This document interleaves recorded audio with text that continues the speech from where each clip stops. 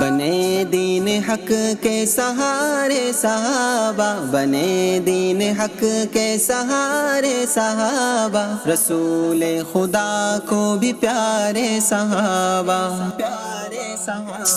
ہدایت کے روشن ستارے صحابہ، رسول خدا کو بھی پیارے صحابہ۔ الحمد للہ رب العالمین والصلاة والسلام علی سید المرسلین اما بعد فاعوذ باللہ من الشیطان الرجیم بسم اللہ الرحمن الرحیم الصلاة والسلام علیک یا رسول اللہ وعلی آلک واصحابک یا حبیب اللہ، الصلاة والسلام علیک یا نبی اللہ وعلی آلک واصحابک یا نور اللہ۔ ناظرین کرام، بڑی پیاری سیریز ہر میدان میں صحابہ لیے ایک مرتبہ پھر حاضر ہے۔ ہم نے اپنے لاسٹ ایپیسوڈ میں مفسر قرآن صحابی حضرت عبداللہ بن عباس رضی اللہ تعالیٰ عنہ کا ذکر خیر کیا تھا، اور چونکہ ہم نے اس ایپیسوڈ میں کہا تھا کہ ہم اپنے نیکسٹ ایپیسوڈ میں بھی ایک مفسر صحابی رسول کا ذکر خیر کریں گے اور جانیں گے کہ یہ اپنے دور میں تفسیری لحاظ سے کس قدر مشہور تھے اور مقبول تھے۔ آج ان کے متعلق ہم سنیں گے۔ مشہور مفسر قرآن ہے حضرت عبداللہ بن عمر رضی اللہ تعالیٰ عنہ۔ یہ کوئی عام شخصیت نہیں تھے، یہ امیر المؤمنین حضرت عمر بن خطاب رضی اللہ تعالیٰ عنہ کے فرزند ہیں، صحابی ہیں، یعنی صحابی ابن صحابی ہیں۔ ان کی والدہ کا نام ہے زینب بنت مزعون۔ یہ بچپن ہی میں ناظرین اپنے والد ماجد کے ساتھ مشرف با اسلام ہوئے۔ یہ علم و فضل کے ساتھ ساتھ بہت ہی عبادت گزار اور متقی اور پرہیزگار بھی تھے۔ میمون بن مہران تابعی کا فرمان ہے کہ میں نے حضرت عبداللہ بن عمر رضی اللہ تعالیٰ عنہ سے بڑھ کر کسی کو متقی اور پرہیزگار نہیں دیکھا۔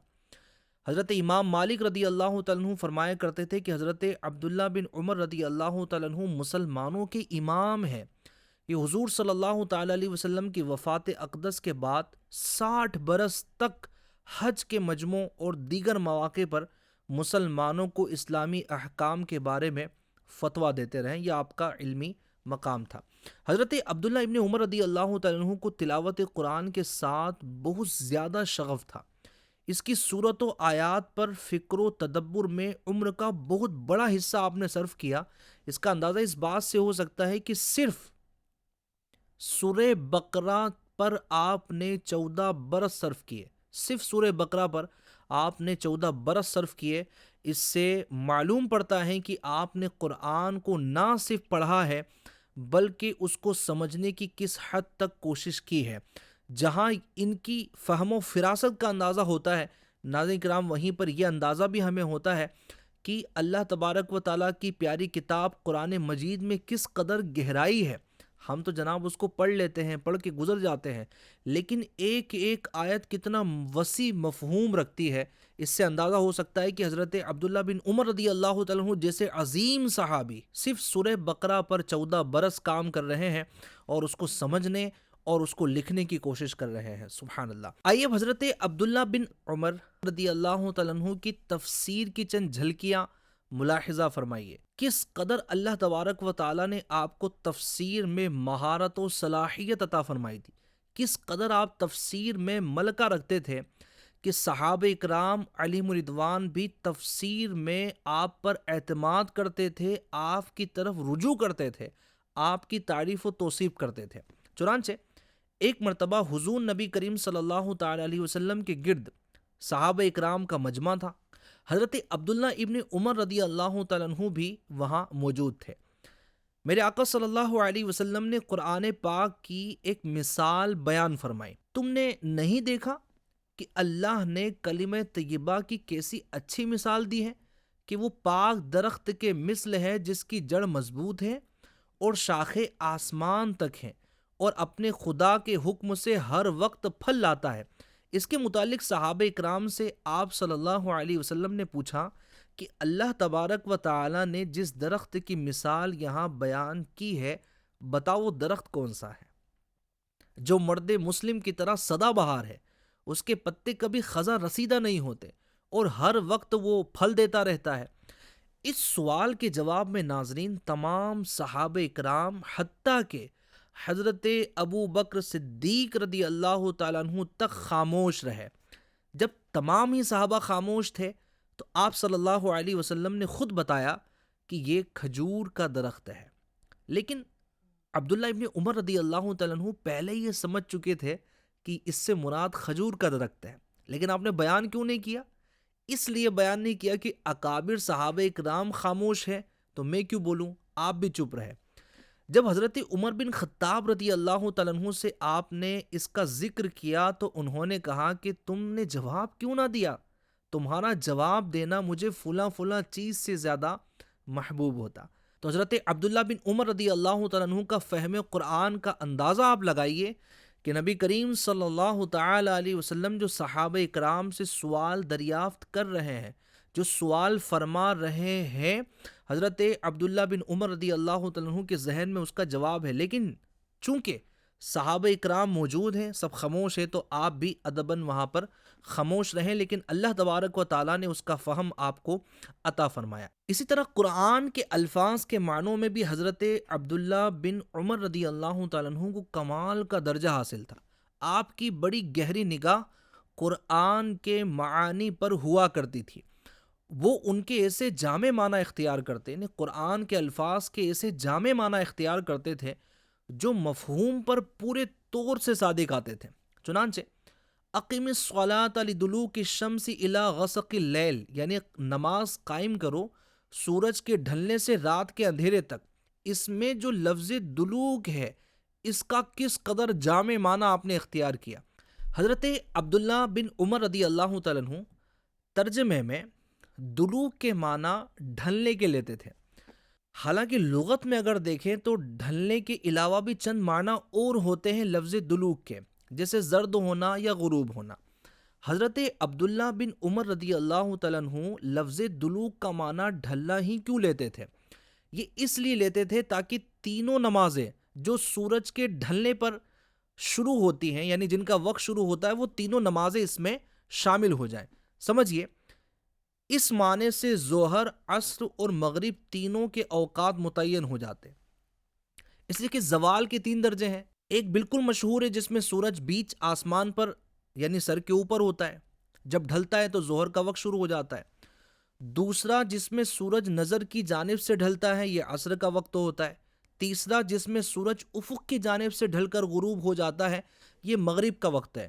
تو سورج بیسیکلی 3 مرتبہ ڈھل رہا ہوتا ہے۔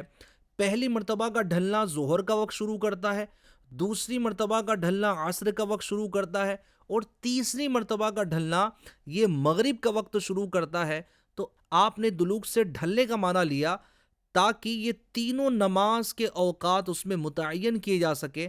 آپ نے زرد ہونا یا غروب کا معنی مراد نہیں لیا، چونکہ اگر آپ زرد ہونا مراد لیتے تو سورج چونکہ ظہر کے وقت میں زرد نہیں ہوتا، صرف ڈھلتا ہے، 20 سینٹر سے جو سر کے اوپر ہوتا ہے وہاں سے ڈھل رہا ہوتا ہے، زرد نہیں ہوتا۔ زرد تو عصر کے وقت ہوتا ہے، لہٰذا آپ نے زرد ہونا مراد نہیں لیا کہ صرف نماز عصر متعین ہو، آپ نے نماز ظہر کو بھی شامل کرتے ہوئے ڈھلنے کے معنی مراد لیے ہیں۔ اسی طرح اگر آپ غروب ہونا معنی لیتے تو اس سے مراد یہ ہوتا کہ مغرب کا وقت ہے، تو ظہر کا اور پھر عصر کا وقت متعین نہ ہو پاتا، لہٰذا آپ نے لفظ دلوک کا معنی ڈھلنا لے کر ان تینوں نمازوں کے اوقات کو متعین کر لیا۔ اس سے اندازہ لگائیے کہ حضرت عبداللہ بن عمر رضی اللہ تعالیٰ عنہ معنی کو مفہوم کے اعتبار سے کتنا بہترین انداز میں لیتے تھے اور اختیار کرتے تھے۔ اچھا، بعض اوقات آیت کے شان نزول اور ناسخ و منسوخ کی لا علمی کی وجہ سے لوگوں کے دلوں میں شبہات پیدا ہو جاتے تھے۔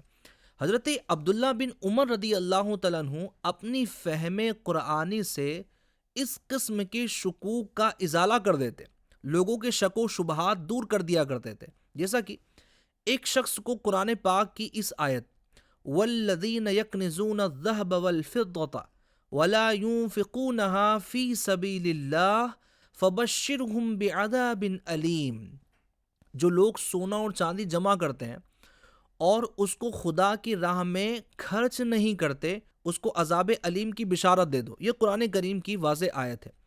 اس سے یہ شبہ پیدا ہوا کہ زکوٰۃ دینے کے بعد کیوں انفاق فی سبیل اللہ کریں، یعنی اللہ کی راہ میں خرچ کریں، کیوں یہ ہم سے مطالبہ ہوا، اور خرچ نہ کرنے کی صورت میں عذاب علیم کی وعید کیوں ہوئی؟ اس شخص نے حضرت عبداللہ ابن عمر رضی اللہ تعالیٰ عنہ سے پوچھا، آپ نے بتایا کہ یہ وعید اس شخص کے لیے ہے جو سونا چاندی جمع کر کے زکوٰۃ نہیں دیتا، وہ قابل افسوس ہے۔ اور یہ آیت زکوٰۃ کے نزول سے پہلے کی ہے۔ زکوٰۃ تو خود ہی مال کو ظاہر کر دیتی ہے، یعنی آپ نے اس شخص کے شبہے کو دور کر دیا کہ اس آیت میں خرچ کرنا یہ زکوٰۃ کے علاوہ نہیں ہے بلکہ زکوٰۃ ہی اس سے مراد ہے۔ تو ناظرین، حضرت عبداللہ ابن عمر رضی اللہ تعالیٰ عنہ کا یہ تھا قرآن کریم کے الفاظوں کا معنی کس قدر بہترین لینے کا انداز کہ آپ لفظوں کا معنی وہ اختیار فرماتے تھے، وہ لیتے تھے کہ جو تمام مفہوم کی مطابقت رکھتا ہوں۔ حضرت عبداللہ ابن عمر رضی اللہ تعالیٰ عنہ اسی ذہانت کی وجہ سے، اسی فراست کی وجہ سے، اسی تفسیری ملکے کی وجہ سے اپنے زمانے میں مشہور تھے، اور صحابہ اکرام بھی آپ سے استفادہ حاصل کرتے تھے۔ اللہ تبارک و تعالی حضرت عبداللہ ابن عمر رضی اللہ تعالیٰ عنہ کی اس تفسیری صلاحیتوں میں سے ہمیں بھی حصہ عطا فرمائے۔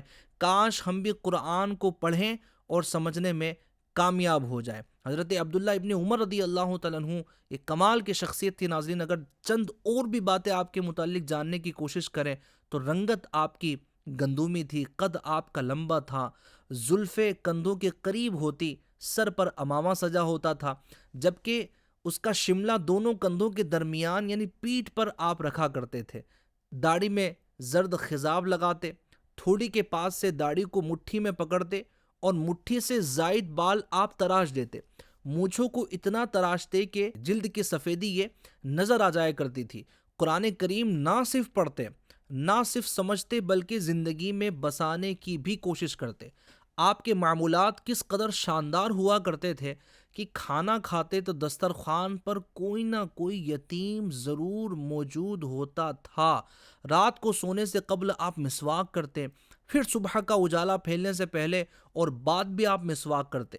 نبی کریم صلی اللہ علیہ وسلم کی سنتوں پر عمل کرنے کا اتنا زبردست جذبہ تھا حضرت عبداللہ ابن عمر رضی اللہ تعالیٰ عنہ کا، کوئی رات ایسی نہ گزرتی کہ آپ کا وصیت نامہ آپ کے پاس نہ ہو۔ سلام کرنا آپ کی عادت مبارکہ میں اس قدر شامل تھا، ایک بار کہیں سے گزر رہے تھے تو سلام کرنا بھول گئے، اب واپس آئے اور فرمایا السلام علیکم، میں سلام کرنا بھول گیا تھا۔ گویا کہ حضرت عبداللہ ابن عمر رضی اللہ تعالیٰ عنہ نے قرآن کریم کی یہ آیت پڑھی ہوں گی، اطیعوا اللہ و اطیعوا الرسول، اللہ کی اطاعت کرو اور رسول کی اطاعت کرو۔ تو اس کے معنی کو صرف آپ نے بیان نہ کیا ہوگا، صرف سمجھا نہیں ہوگا، بلکہ پریکٹیکل اپنے اندر آپ لے کر آئیں کہ سنت نبوی سے اس قدر آپ کو محبت تھی۔ عبادت کا انداز دیکھیں، آپ رضی اللہ تعالیٰ عنہ نماز میں اپنے چہرے، ہاتھوں اور قدموں کو قبلہ رخ کرنے کا خوب خیال کرتے تھے۔ ظہر سے عصر تک کا وقت عبادت الہی میں گزرتا، جتنا نصیب میں ہوتا رات کو عبادت کرتے، پھر بستر پر لیٹ جاتے اور پرندوں جیسی ہلکی نیند لیتے۔ اس کے بعد کھڑے ہو جاتے، وضو کر کے نماز شروع کر دیتے۔ رات میں ایسا 4-5 بار ہوتا، جب کبھی عشاء کی جماعت نکل جاتی تو باقی رات پھر آپ عبادت میں گزار دیتے۔ عشق رسول آپ کا بہت کمال کا تھا۔ نبی پاک صلی اللہ علیہ وسلم کا ذکر مبارک کرتے تو آنکھیں آنسوؤں سے ڈبڈبا جاتی اور آنسو بہہ نکلتے۔ منبر انور پر جس جگہ نبی کریم صلی اللہ علیہ وسلم تشریف فرما ہوتے تھے، آپ اس جگہ پر ہاتھ رکھتے اور اپنے چہرے پر پھیر لیتے۔ جن جگہوں پر نبی کریم صلی اللہ علیہ وسلم نے دوران سفر پڑاؤ کیا، آپ وہاں پڑاؤ فرماتے۔ جن مقامات پر حضور نبی رحمت صلی اللہ علیہ وسلم نے نماز ادا کی، آپ ہر اس جگہ پر نماز ادا فرمایا کرتے۔ جہاں نبی کریم صلی اللہ علیہ وسلم نے اپنی اونٹنی بٹھائی، آپ ان جگہوں پر اپنی اونٹنی بٹھاتے، اپنی سواری کو ہر اس راستے پر موڑا کرتے جہاں سے نبی معظم صلی اللہ علیہ وسلم کا گزر ہوا۔ وجہ پوچھی تو ارشاد فرماتے میں چاہتا ہوں کہ پیارے نبی کی پیاری سواری کی کسی قدم مبارکہ کی جگہ پر میری سواری کا قدم پڑ جائے۔ ایک بار نبی محترم صلی اللہ علیہ وسلم ایک درخت کے نیچے اترے، بعد میں آپ اس درخت کی دیکھ بھال کرنے لگے اور اس کی جڑوں کو پانی دینے لگے کہ کہیں یہ درخت خشک نہ ہو جائے، سوکھ نہ جائے۔ سفر سے واپسی پر پہلے روزہ مبارکہ اور شیخین کریمین کی مبارک قبروں پر حاضری دینے کا آپ کا سلسلہ ہوتا اور حاضری دیتے ہوئے کہتے السلام علیکہ یا رسول اللہ، السلام علیکہ یا ابا بکر، السلام علیکہ یا ابتاہ۔ آپ کا ایک جگہ سے گزر ہوا تو راستے سے کچھ ہٹ کر گزرے۔ کسی نے وجہ پوچھی تو ارشاد فرمایا میں نے نبی کریم صلی اللہ علیہ وسلم کو ایسا کرتے دیکھا تھا، لہٰذا میں نے بھی وہی کیا۔ آپ بغیر بال والے چمڑے کے جوتے پہنتے۔ وجہ پوچھی گئی تو فرمایا میں نے رسول اللہ صلی اللہ علیہ وسلم کو بغیر بال والے چمڑے کے جوتے پہنے دیکھا، اس لیے مجھے یہ جوتے پسند ہے۔ ایک مرتبہ آپ کا پاؤں سن ہو گیا، کسی نے کہا جو آپ کو سب سے زیادہ محبوب ہے اسے یاد کر کے پکاریے، سن پن ختم ہو جائے گا۔ آپ نے فوراً کہا یا محمدہ، یہ کہتے ہی آپ کا پاؤں صحیح ہو گیا۔ یہ نبی کریم صلی اللہ تعالی علیہ وسلم سے آپ کی محبت کا انداز تھا، کیونکہ قرآن ہمیں بتا رہا ہوتا ہے کہ نبی کریم صلی اللہ علیہ وسلم کی اطاعت، ان کی محبت ہمارے لیے کس قدر اہم اور ضروری ہے۔ تو ان کی زندگی سے یہ پیغام بھی لینا ہے ناظرین کرام کہ انہوں نے قرآن کو صرف پڑھا نہیں ہے بلکہ سمجھا بھی ہے اور عمل کرنے کی بھی کوشش کی ہے۔ تو حضرت عبداللہ ابن عمر رضی اللہ تعالیٰ عنہ کا جو انداز تھا قرآن کی آیت کو پڑھنا، اس کو سمجھنا، اس پر عمل کرنا، قرآن کی تعلیمات پر عمل کرنا، رسول کریم صلی اللہ علیہ وسلم کی تعلیمات پر عمل کرنا، ہمیں بھی اس پر عمل کرنے کی کوشش کرنی چاہیے۔ اللہ تبارک و تعالی ہمیں بھی عمل کا جذبہ عطا فرمائے، حضرت عبداللہ ابن عمر رضی اللہ تعالیٰ عنہ کی برکات سے ہمیں مالا مال فرمائے۔ انشاءاللہ الکریم نیکسٹ ایپیسوڈ میں ہم فقہا صحابہ اکرام کا ذکر سنیں گے، وہ صحابہ جن کو اللہ تبارک و تعالیٰ نے فقیہ بنایا ہے، جو علم فقہ میں مہارت رکھتے تھے۔ فقیہ کون ہوتا ہے، فقاہت کسے کہتے ہیں، یہ بھی انشاءاللہ اسی ایپیسوڈ میں آپ سنیں گے۔ تو ہمیں کنٹینیو دیکھیے گا اور استفادہ حاصل کیجیے گا۔ اب دیجیے ہمیں اجازت، اپنا بہت خیال رکھیے، FGN چینل دیکھتے رہیے۔ صلو علی الحبیب صلی اللہ علی محمد صلی اللہ تعالی علیہ وآلہ وبارک وسلم۔ بنے دین حق کے سہارے صحابہ، بنے دین حق کے سہارے صحابہ، رسول خدا کو بھی پیارے صحابہ، ہدایت کے روشن ستارے صحابہ، رسول خدا کو بھی پیارے صحابہ۔